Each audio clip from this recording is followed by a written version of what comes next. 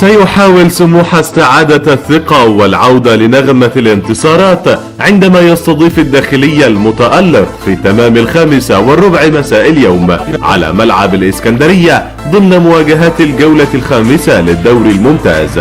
لقاء اليوم سيكون الأول لأبناء الحي الراقي تحت قيادة المدرب الفرنسي دينيس لافاني الذي تولى المهمة خلفا لحمادة صبطي بعد خسارة الفريق الأولى أمام طلائع الجيش ب2-3 في الجولة الماضية. كان سموحة وصيف المسابقة في الموسم الماضي قد جمع 7 نقاط في الجولات الثلاثة الأولى من فوزين على الصاعدين دمنهور برباعية مقابل هدف في الجولة الأولى والنصر ب2-0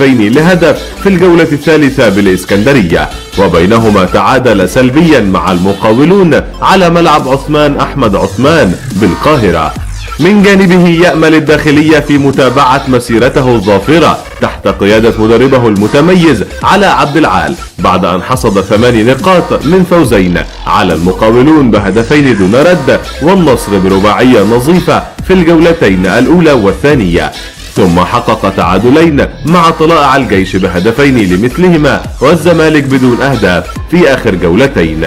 تاريخيا يحمل لقاء اليوم الرقم 4 في سجل مواجهات الفريقين في المسابقة، والأرقام تعطي تفوقا مطلقا للفريق السكندري الذي حسم المواجهات الثلاث السابقة لصالحه بفوزه في المواجهة الأولى في الجولة 11 بالموسم قبل الماضي، ثم حسم لقاء الجولة 7 بالمجموعة الأولى في الموسم الماضي بهدفي الغاني بابا أركو وعلاء علي، قبل أن يكرر فوزه بثلاثية في الجولة 18 افتتحها الغاني صامويل أوسو وأضاف هاني العجيزي الهدفين الثاني والثالث في الدقائق 10 الأخيرة.